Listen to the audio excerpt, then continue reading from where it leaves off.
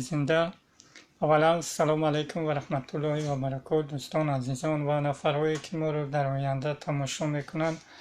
و من امروز در باره کنستیتوسیای جمهوری تاجیکستان یک چند سخن گفتنی هستم. با 25 سالگی این کنستیتوسیا من یک چند سخن اوید این کنستیتوسیا گفتنی بدم و بازی های رژیم امروزه رحمانوف هم یک چند سخن گفتنی بدم. امروز 6 نوامبر همه ما و شما میدونیم که روزی سرقانون جمهوری تاجیکستان است. سرقانون جمهوری تاجیکستان سال 1994 با طریق رای پرسی گویا که با طریق رای پرسی مادامی که امروزا دوام میکنه رژیم رحمانوف که سالهای 92 93 94 تا 97 مردم در گریزه بدن، مردم سرجم نبودن و در تاجیکستان نبودن، امروز اینها دوام میکنن این گپورا و اینها چخل با طریق رای پرسی گویا که کنستیتوسیای جمهوری تاجیکستان سرقانون ها بگیم که نویساندن یا که بگیم که جاری کردن. و این نظر به این سرقانون اما کتاب یکم اول شکیوی کنیم در همونجا نوشته که تاجیکستان بگیم که کشوری صاحب استقلال دموکراتیک دنیوی و هکذا می باشد. و امروز متاسفانه تاجیکستان عزیز ما را همچون به یک کشوری دیکتاتوری و اویدوی انجام دادن آوردن رساندن در مدت 27 بگیم که سال حکمرانی این رژیم رحمانوف. ببینید که کنستیتوسیایی که جمهوری تاجیکستان باید بگیم که حمایتگر این ملت باشد، حمایتگر این سرزمین باشد، اما متاسفانه در از سال 94 تا 2019 در طول 25 سال اینها چکار کردن؟ 3 بار این کنستیتوسیا رو تجاوز کردن. یعنی چخل تجاوز کردن؟ اینها سال 1999 هم تغییر الهه وارد کردن برای آینده خودشون، یعنی که برای که باز رحمانوف از سراکه که هم پریزیدنت میشید هم باید تمام میشید بس میکرد چکو کرد با کنستیتوسیا را دوام داد که الهه کرد، یعنی تجاوز کرد که باز هم من حق دارم که پریزیدنتی خود رو در این دوباره بمونم. باز سال 2003 هم تو با یک بارگه تجاوز کرده شد و اخیرا سال 2016 22 می همه ما و شما شاهد بدیم که 3 باره برای خاطر فرزندش، برای دخل ناپذیری خودش چکار کرد؟ این کنستیتوسیا رو 3 باره تجاوز کردن. و همین رو گفتنی بدم که این کنستیتوسیا که امروز ما رو حمایت نمیکنه، ما رو از یگان چی حمایت نمیکنه، مادامی که هر یک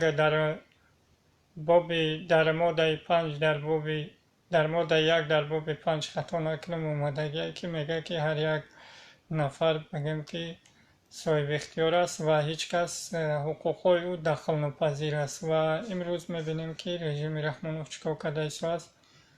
به همه دخالت دارد و خدشه دخل ناپذیر کرده است که باید او در این کنستیتوسیا چه تغییرات الهه داخل کرده است که خدشه دخل ناپذیر بکنه. و همین بود که کنستیتوسیا رو چکار کردن؟ اینها به نفع خود و عائله خود بگیم که غصب کردن، گرفتن و یگان مردم از این کنستیتوسیا بهره هم نمیبره و فایده هم نیست به مردم. و بعض اغواهای هم میدوزن که گویا که اینها چکار میکنن؟ اینها میخوان که کنستیتوسیا رو عوض کنن، اینها میخوان که تغییرات بدن در کنستیتوسیا. نه، برعکس شما در این طول 25 سال چکار کرده؟ این کنستیتوسیا رو 3 بار بگیم که تجاوز کرده و به ناموس این کنستیتوسیا رسیده. پس امروز با کدام کنستیتوسیا شما عمل میکنید؟ و من خودی بنده شخصا من دیگر این کنستیتوسیا را قبول ندارم، چون که یک کنستیتوسیا هست که میگم که تجاوز کرده شده است. خیلی مثلا میگیرم که یک مثال عادی میارم که بسیاری جوانان زن میگیرن اگر که همون زنشو باکیره نباشه با باوری نمیکنن که این مثال باکیره نیست یا که تجاوز کرده شده است، میگم که قبول ندارم. و امروز مادامی که کنستیتوسیا ما باکیره نباشد بگیم ما را چخیل قبول میکنیم که این بگیم که کنستیتوسیا بگیم که باکیره هست یا که سالم است ما این را قبول کنیم. و دیم سخنرانی من در چی است که در امروز یک خبرهای هرخیله چاپ شدن که گویا که در تاجیکستان عزیزمون یک چند زیاده از 20 نفر بگیم که همو با قول خودشون تروریست ها بودن یا که خائنا بودن در اومده در سرحد بین ازبکستان یا که بین تاجیکستان یک مناقشه کردن و تا حال این قضیه معلوم نیست که این کار کی است و همون خیلی کمیته امنیت رحمان گفته است که این همون کاری بگیم که داعشی هست و میخواهند که و این بازی هاشون اینها توجه مردم را به یک سن دیگر بکشند ببرن و خود رحمانوف میبینیم که پای درست روز شد که در اروپا قرار دارد و اینها میخواهند که چکار کنن یک بازی یک جنگ خرخشه بدازن و اون هم در بین سازمان های اروپایی چی امریکایی باشه چکار کنند نشان دهد که ببینه که تاجیکستان ما ناآرام هستند و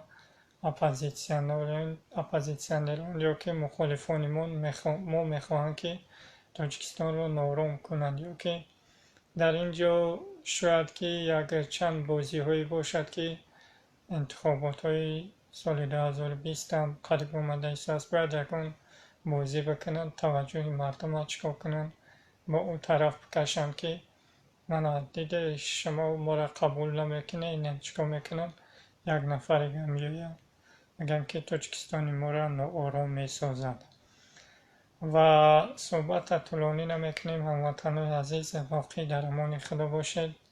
السلام علیکم و رحمت الله و برکاته.